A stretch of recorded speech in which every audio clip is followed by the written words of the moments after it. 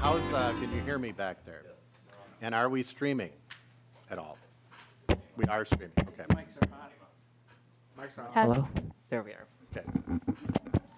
So, I'm not going to repeat everything. So I worked at the Minnesota Department of Agriculture, did the pesticide applicator licensing, served on the Dakota County Soil and Water Conservation District Board, and have been working here since being elected in 2004. Look forward to working with everyone here. We have a new committee, a very new and mixed committee, so we are going to be able to get a lot of stuff done. I'll go to Representative Jordan. Thank you, Mr. Chair. Hi, everyone. I'm the vice chair for this committee. My name is Sydney Jordan. I represent District 60A, which is Northeast Minneapolis and Southeast Como. This is my second year on the committee. Representative Heinzman. Yeah, Josh Heinzman. I represent the Brainerd Lakes area. I am the lead for the GOP. Have been in that role for 2 years. This will be my third year. Have been on the committee 8 years. And back home, I am a local business guy, do some log services, have some timber and other business-related interests. And when started getting more involved in local government, I was a watershed district manager and worked in a few other capacities as well prior to coming to the legislature. Welcome. Representative Brand. Hello, everyone. Representative Jeff Brand from St. Peter. I represent portions of Blue Earth County, LeSueur County, and every inch of Nicollet County. I have a previous background in small business. We deal with native plants, and this is my second term. Great. Representative Burkle. Thank you, Mr. Chair. Representative Burkle, representing Northwest Minnesota District 1A. That'd be Roseau, Kitson, Marshall, and all of Pennington County. Second term here, first committee hearing in person. So for me, this is new. Turkey producer by trade, fourth generation, and I've spent most of my time on the last 2 years on the Ag Committee, but my first term on the Environment Committee. Representative Adelson. Heather Edelson, it's my first time on this committee. Oh, that was close to the microphone. I represent Edina, and I also have a portion of Bloomington now, so excited to be here. Representative Finke. Lee Finke, can you hear me? Yep. I don't know how it sounds, so. Thank you, Chair Hansen. I'm Lee Finke. I'm from St. Paul, Minnesota, representing St. Paul, Falcon Heights, Roseville, and Lauderdale. This is my first committee hearing ever, so grateful to be here. Representative Fisher. Good afternoon, Representative Peter Fisher. I'm from District 44A, which is all of Little Canada, the northern part of Maplewood, and the northern part of North St. Paul. I was first elected in 2012 and have been serving on this committee since I was first elected. Representative Gilman. Thank you, Mr. Chair. I represent District 17A, which is a portion of Wright County, Meeker County, McLeod County, and a little sliver of Sibley County. I've served for 6 years on a city council and did a lot of policy work on different committees. Very interested with lots of lakes out where we live. We own a manufacturing company that provides piers, docks, and boat lifts for the water all throughout the Midwest and up into Canada. So happy to be here. Representative Jacob. Thank you, Chair Hansen. So my district, District 20B, kind of between Rochester and Winona area. Fourth generation family farmer, and yesterday I started the day as a county commissioner, and once I was sworn in here, I became House of Representatives, and so I left my job as county commissioner just yesterday. And I've served on Whitewater Joint Powers Board, liaison to the Soil and Water Conservation District down in Winona County, Planning Commission, and I've really specialized in a lot of land use issues down there. So, thank you. Representative Lee. Thank you, Mr. Chair. Representative Fu Lee from District 59A, which is North Minneapolis. Fourth term in the legislature, but this is my third term serving on the committee. I'm really excited to be back. Thank you, Mr. Chair. Representative Lislegard. Thank you, Mr. Chair. Dave Lislegard, Iron Range, third term. Representative Purcell. Hi there, Representative Christy Purcell. I represent 58A, which is Northfield, Dundas, Lonsdale, north half of New Prague, married to a recovering farmer. Representative Schultz. Thank you, Mr. Chair and members. I'm Isaac Schultz. I represent House District 10B in central Minnesota, where I grew up picking rocks and baling hay on my family's farm. And our family business is an auction business, auction and real estate business, so proud to be an auctioneer and excited to serve on this committee. In the past, I've also had the chance to serve as staff here in the House of Representatives, as well as serving the 8th Congressional District as the district director. Thank you. Now, is it Representative Scraba? Scraba. Scraba. Okay. Representative Scraba. Thank you, Mr. Chair. I'm Roger Scraba, Slovenian, 100% from the great country of Slovenia. I represent District 3A. It is the largest physical district in the state. Goes from Lake Superior to the other side of Rainy River, almost into the Lake of the Woods, and from International Falls Canadian border to Two Harbors. It includes Cook County, Cooch County, Lake County, Itasca County, and St. Louis County. A lot of the natural resources that we protect and we use and we maintain are in this district. So I look forward to working with all of you to keep what we have because it is truly special. Thank you. Representative Vang. Thank you, Mr. Chair. Samantha Vang. I represent the Brooklands, 38B, and my first time on the committee. And we have staff, Ms. Taylor, Nonpartisan House Research. Yeah, Janelle Taylor with Nonpartisan Research. I cover environment and natural resource issues, and then also staff the Legacy Committee. And before I go to Mr. Hegemeyer, so maybe we have so many new people. I'll describe what nonpartisan research does. Well, our office will help you with drafting both bills and amendments. We also will provide bill summaries of the bills that are heard in committee or those upon request if you want one. And we're just available to help you research anything or if you have questions about a bill coming up or any drafting needs. Mr. Hegemeyer. Mr. Chair, I'm Brad Hegemeyer with the Nonpartisan House Fiscal Analysis Department, also covering the Environment and Natural Resources area and the Legacy Amendment area. Ms. Taylor and Mr. Hegemeyer are very good. Use them. They are very helpful, and I would encourage you to make use of their time. Mr. Strohmeyer.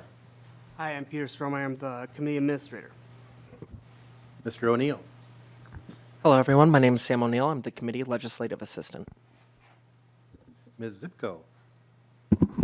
Hi, Amy Zipko, GOP Research. This is my 13th year on this committee. Mr. Smith.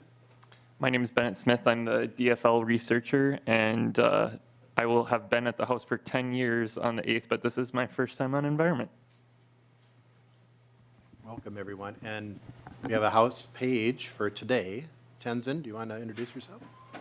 Tenzin Sayam, committee page of the Sergeant at Arms. Thank you, Mr. Chair. Thank you.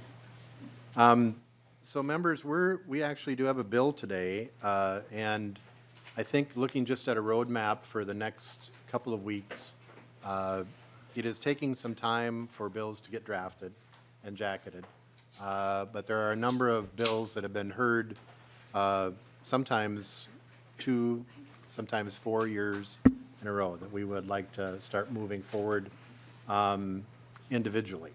And some of them have been vetted a lot, but we recognize that we have a lot of new members on the committee from both sides of the aisle. So today we have the Lands Bill, what's called the Lands Bill. And this is a bill that usually used to be fairly pro forma. It's DNR proposals for dealing with some riparian lands, and it was held up last year. It actually passed the House, made it into conference committee, and the last time we saw some of you was we passed a conference committee report at 11:59 p.m. to the desk. So it was the last thing that the last legislature did was approving a conference committee report.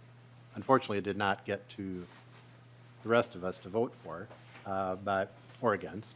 but it did have the lands bill in it. And so we'd like to consider that kind of on process. What I like to do is if I have a bill in front of the committee, I will hand the gavel over to the vice chair. And now we do it physically rather than on Zoom. And the vice chair will take the gavel, and I will go back there and present the bill. Mr. Chair. Yep. Thank you for that. I appreciate somewhat of an introduction to the committee and the process and the roadmap, as you mentioned. Just wondering, we're talking about so many new things here today. Can we expect to hear, as we have traditionally, from agencies and overviews and such as a part of that roadmap? Could you maybe lay that out a little bit? Yes, so we're working with the Senate. So next Tuesday, we will have a joint hearing with the Senate on Emerald Ash Borer, and that will be in this room at our regular time. We will likely start with some of the smaller agencies with giving presentations. We have a number of accounts in this committee, so we'll probably be doing some overviews and then some bills each day. So if you remember last year, we were processing about 4 bills a day in a committee. I doubt if we'll be doing that this time. It's just going to be more difficult. But we have the zoo. We have, well, maybe I should ask Ms. Taylor, what are our accounts? Or Mr. Hagemeyer, which would be helpful. Thank you, Mr. Chair. That would be helpful to know the jurisdiction of the committee. Sure. Mr. Chair, I'll try to do this off the top of my head, and they were just posted, I believe, today, the committee accounts for the committee. Within the funds, different funds, there's a lot of them, but one that we kind of deal with separately is the Environment and Natural Resources Trust Fund. So that bill typically comes through this committee. Then as far as agencies go, you have the Minnesota Pollution Control Agency, the Department of Natural Resources, the Board of Water and Soil Resources, the Minnesota Zoo, the Conservation Corps of Minnesota, the Science Museum of Minnesota, and Metropolitan Council Parks, and sometimes some of the water issues fall into our area as well. And I think that's all that we have. In the past, we've had tourism in this committee as well, but it's no longer in this committee's jurisdiction. And we're still having some discussions about tourism.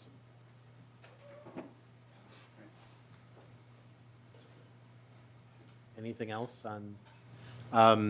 So we'll have the EAB next Tuesday. We will probably have, and when we're jointly meeting with the Senate, we can hear topics, but we cannot take action together. So we will not be able to take votes when we're meeting jointly. So we anticipate, and hopefully, that we would be considering the LCCMR recommendations on the 17th of January, if we get the jackets.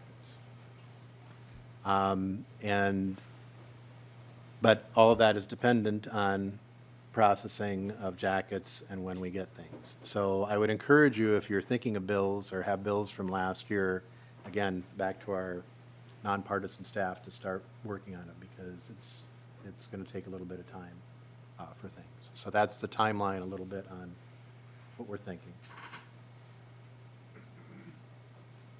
Then we'll probably do the larger agencies after we get through the earlier ones. That gives them the opportunity, if there's the budget presentations, that we aren't having to duplicate. But we would like to do some things with the Senate, and really our only day to do things would be Tuesdays jointly. So it's pretty limited in terms of what we can do jointly. With that, now I guess Representative Jordan will come here. And I better bring my reading glasses.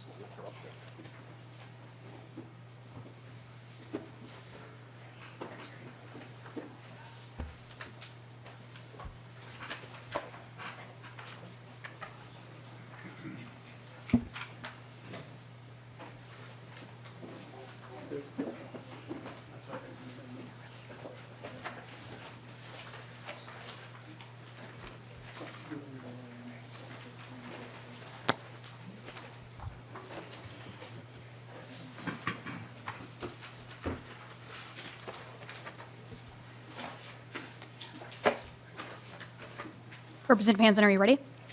Yes. Well, Representative Hansen, I am disappointed I'm not getting a hockey puck to bang on the table because that did make a really satisfying sound on Zoom.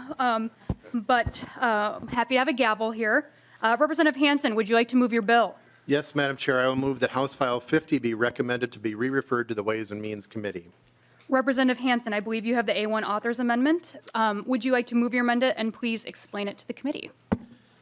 Thank you, Madam Chair. The A1 Authors Amendment was recommended by both nonpartisan staff and the reviser, and then also the DNR. Maybe if Ms. Taylor could just walk through what we had to do to summarize, because we had passed this, there was a time moved on. This is really a good example of why we need to pass these every year, because when time moves on, we have to go back and correct the language to make it relevant for the current year. Ms. Taylor? Ms. Taylor? Madam Chair, Representative Hansen, the A1 does two things. First, the language you'll see adding a new section 7. In the underlying bill, there's a section 23 that repeals some language, and that what it was repealing was a sunset of provision, so the provision would stay in effect. Well, unfortunately, because we didn't pass anything in 2022, it sunsetted, so the language is no longer there. So what this would do would reinstate that language in statute, since it will be permanent. And then later on in the amendment, you'll see on lines 3.23 and 3.24 is some additional language that the DNR had requested to add to a section on the Fillmore County to expand the types of easements that would be retained.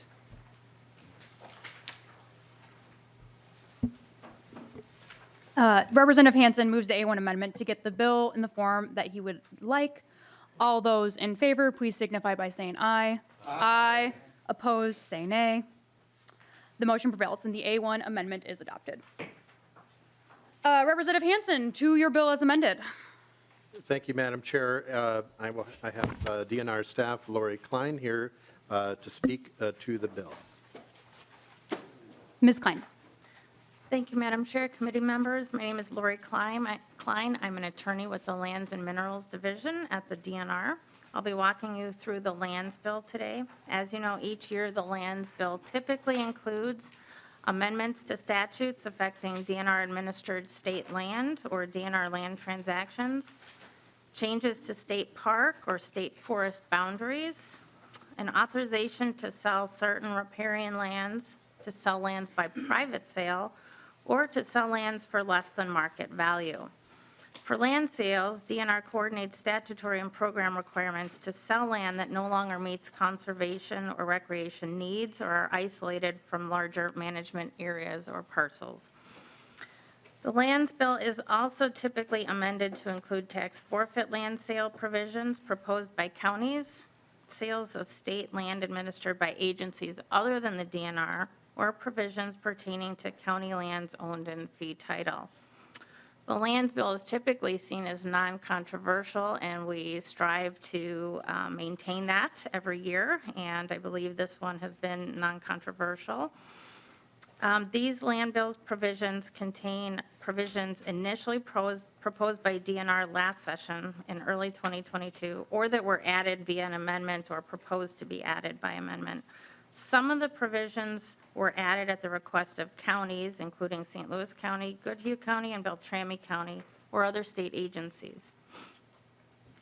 Sections 1 through 3 of the bill pertain to fees that an applicant must pay for an easement across DNR-administered state lands and for the release of an easement held by DNR across someone else's land. Section 1 pertains to easements to the United States, a federally recognized Indian tribe, or the state of Minnesota or its subdivisions. Section 2 pertains to easements to private parties. Section 3 pertains to releases of easements held by the DNR over someone else's land. There are some circumstances where the DNR's land management interests benefit from issuance of or release of an easement. In those circumstances, the DNR would like the flexibility not to have to impose all of the fees required by law on the applicant. The proposed changes in sections 1 to 3 of the bill would give the DNR the flexibility to assume the $2,000 application fee for an easement or an easement release, and to assume or waive other fees. The application fee pays for the Division of Lands and Minerals work to process easements and easement release transactions, and the division needs this funding. The amendments in section 1 to 3 would allow the DNR division that benefits from the easement or easement release instead of the applicant to cover the $2,000 application fee. Other fees, such as the market value fee of the easement, could either be assumed by the division benefiting from the easement or easement release or waived. Section 4 of the Lands Bill amends Minnesota Statute 92.502 to clarify that the 30-year leases of DNR facilities are permitted even if they are not associated with recreational trails. Section 92.502 authorizes 30-year leases for recreational trails and facilities. Section 5 is a provision proposed by counties, which was added into the land bill. The DNR has reviewed this and has no concerns. Section 6 is also a county provision. The DNR has reviewed that one as well and has no concerns about that one. Section 7 adds 11.5 acres to the boundary of Meyer-Big Island State Park in Freeborn County. The DNR is pursuing acquisition of approximately 58.5 acres of land lying within the existing state park boundary. The 58.5 acres are directly to the south of the 11.5 acres the DNR is requesting to add to the state park boundary. An owner of the 58.5 acre parcel also owns the 11.5 acre parcel that's being added. He's informed the DNR Division of Parks and Trails that he will not agree to the sale of the 58.5 acre parcel unless the DNR also acquires the 11.5 acre parcel. In order to complete the acquisition of both parcels, we're seeking the boundary change. Section 8 deletes 7,482 acres from the boundary of Cloquet Valley State Forest in St. Louis County. The deleted acres were designated as portions of the Riverland State Forest in St. Louis County in 2021's Omnibus Environment Bill. The lands are also currently within the existing Cloquet Valley State Forest boundary. The proposed deletion clarifies that the lands are only part of Riverland State Forest.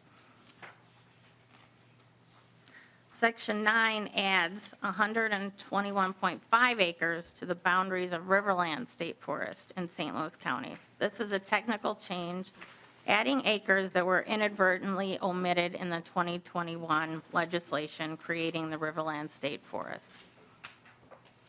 Section 10 is a county provision that authorizes the sale of tax forfeit land in Beltrami County. The DNR has reviewed this and has no concerns with the provision. Section 11 authorizes the public sale of 29.6 acres of surplus riparian state land in Cass County. This land was acquired in 1948 and 1960 and comprises the Agate Rearing Pond AMA. The DNR currently has no legal access to this unit, and it is no longer used for fish rearing. While the DNR is still pursuing acquisition of legal access to the parcel, it is seeking legislative approval to sell the parcel in the event that efforts to gain legal access are not successful. Section 12 authorizes the private sale of 0.17 acres of surplus state land in Crow Wing County to resolve an encroachment through the sale of that 0.7 acres to an adjacent owner. Section 13 authorizes the public sale of 9.53 acres of surplus riparian land in Fillmore County. The Division of Forestry identified this parcel for sale because it is small and isolated from other state land. There is no public access, and it is difficult to manage due to its small size and location. The DNR will retain the Harmony Preston Valley State Trail that crosses the parcel and will also retain trout stream easements on the Root River and the Watson Creek, as well as access easements to those trout stream easements. I will note that the access easements language was added via the amendment to the bill. Section 14 is a county provision that authorizes the private sale of 0.33 acres of riparian tax forfeited land in Beltrami County. The county has reviewed this and has no concerns. Section 15 authorizes the private sale of approximately 0.55 acres of surplus riparian state land in Hennepin County to a local unit of government for less than market value. These lands were part of a bequest of lands from the estate of Bruce Dayton to the DNR for the Woodrill Scientific and Natural Area. The 0.55 acres abut Long Lake and are cut off from the remaining portions of the Scientific and Natural Area by East Long Lake Road. The DNR determined that these lands would be better managed by the city of Verano and is seeking authority to convey the lands to the city at no cost. And I just want to correct one error. Section 14 should be Goodhue County. I think I said Beltrami County on that one. I apologize for that. Section 16 authorizes the public sale of 59 acres of surplus riparian land in Itasca County. The 59 acres consist of two separate parcels that comprise the Trout Lake Eagle Wildlife Management Association, Wildlife Management Area. These lands were originally acquired to protect nesting eagles, but eagles are no longer using the nests. These lands are very low hunting value. Section 17 authorizes the private sale of 2 acres of surplus state land in Pine County. This strip of land was originally acquired in 1985 for the Kraft Wildlife Management Area. The strip of land was intended to provide access to that area. However, access was never developed in this location, and the DNR now has legal access and a parking lot at another location at that wildlife management area. The DNR would like to sell this land to an adjoining private landowner. Section 18 is a county provision that authorizes the exchange of lands within 20 government sections within St. Louis County. The DNR has reviewed this and has no concerns. I do understand that someone from St. Louis County is here today and should be able to answer questions on those St. Louis County provisions. Section 19 is also a county provision that authorizes St. Louis County to deposit the proceeds of tax forfeited land sales into a tax forfeited land acquisition trust account and to spend that money to purchase lands for forestry, mineral management, or other environmental service purposes. The DNR has reviewed this one also and has no concerns. Section 20 is also a county provision. This one authorizes St. Louis County to sell one parcel and part of another parcel of certain tax forfeited lands by private sale. The DNR reviewed this provision and has no concerns. Section 21 authorizes the private sale of 0.05 acres of surplus riparian state land in Sherburne County for less than market value. This land is currently part of the Eagle Lake Water Access Site. The sale is proposed to an adjoining private landowner to resolve a trespass.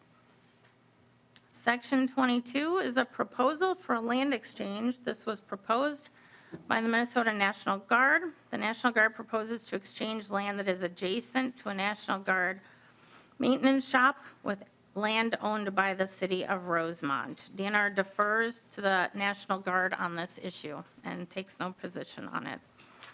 Section 23 was the provision addressed earlier, which is originally drafted as the repeal of the sunset provision relating to St. Louis County authority to sell certain leased lakeshore lots. Via the amendment, the prior language has been reinstated.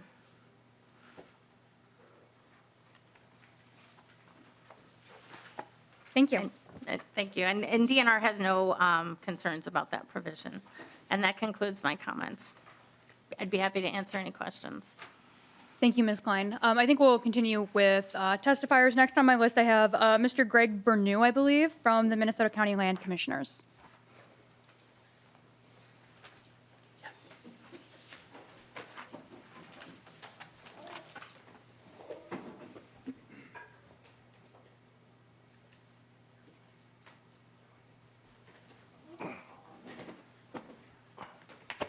Mr. Bernew, please proceed. Yes, my name is Gregory J. Bernew. I'm the Land Commissioner for Carleton County. I'm here on behalf of the Minnesota Association of County Land Commissioners. Thank you, Madam Chair. Today I'm here to just reinforce the commitment of the land commissioners who manage 2.8 million acres of county fee and tax forfeited trust lands across the state of Minnesota.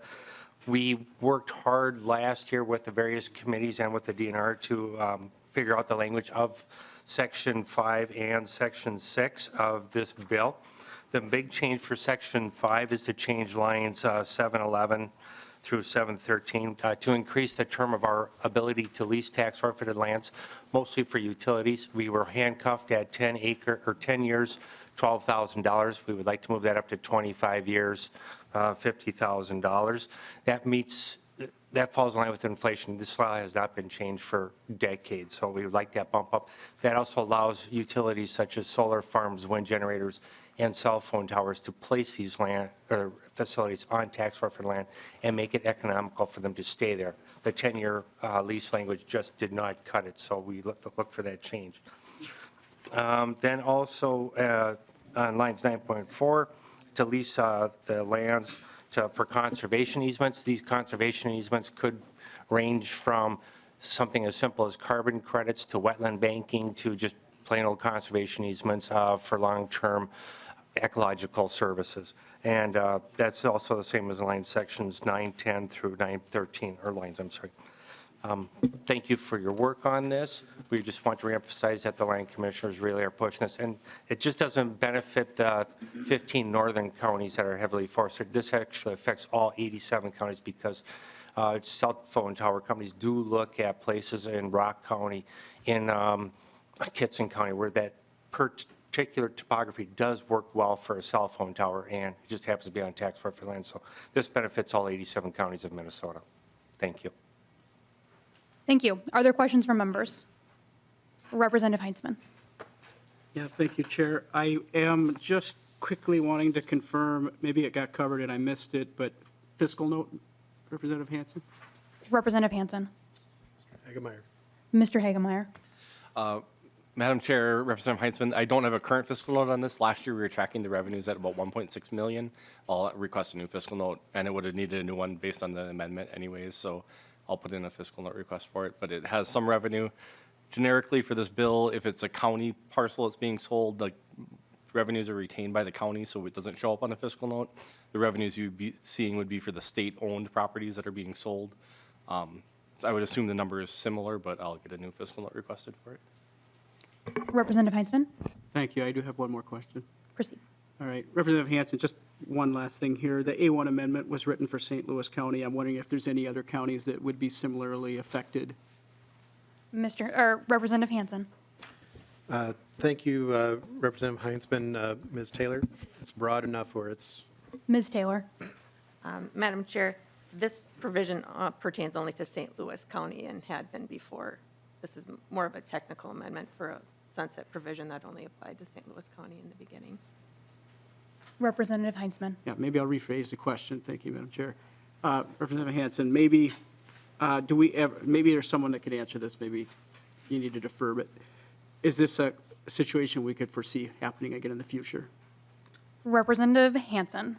Thank you, Madam Chair. Hopefully, if we pass a lands bill every year, And I would encourage members, this might be the opportunity to say, there will be another lands bill, and members should work with their districts to see if there are lands, and work with the county land commissioners to see, for the next lands bill, we usually do a notice that goes out.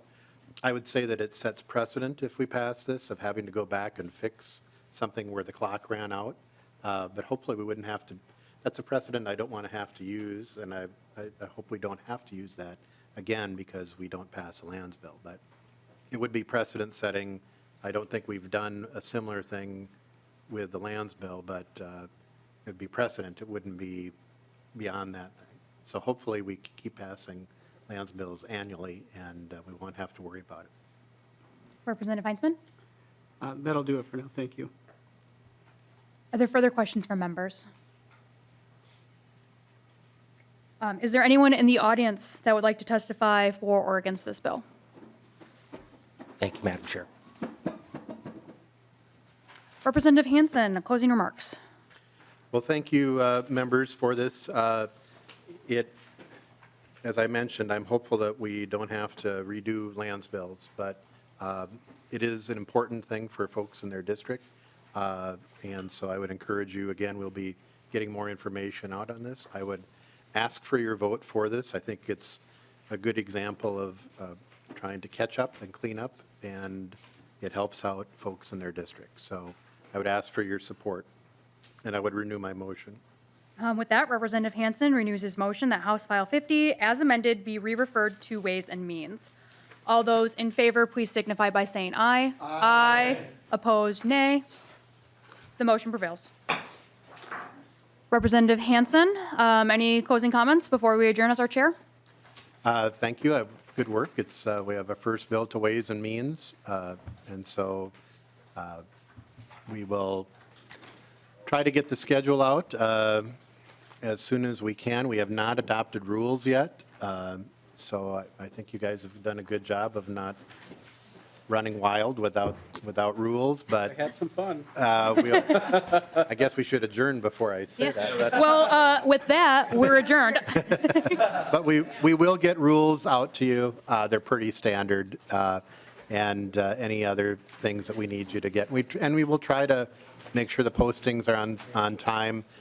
We had to, because of the extraordinary nature, get the reviser's number, but House File 50, this is an easy one to remember. And with that. Thank you, members. With that, we're adjourned. Good job, everyone.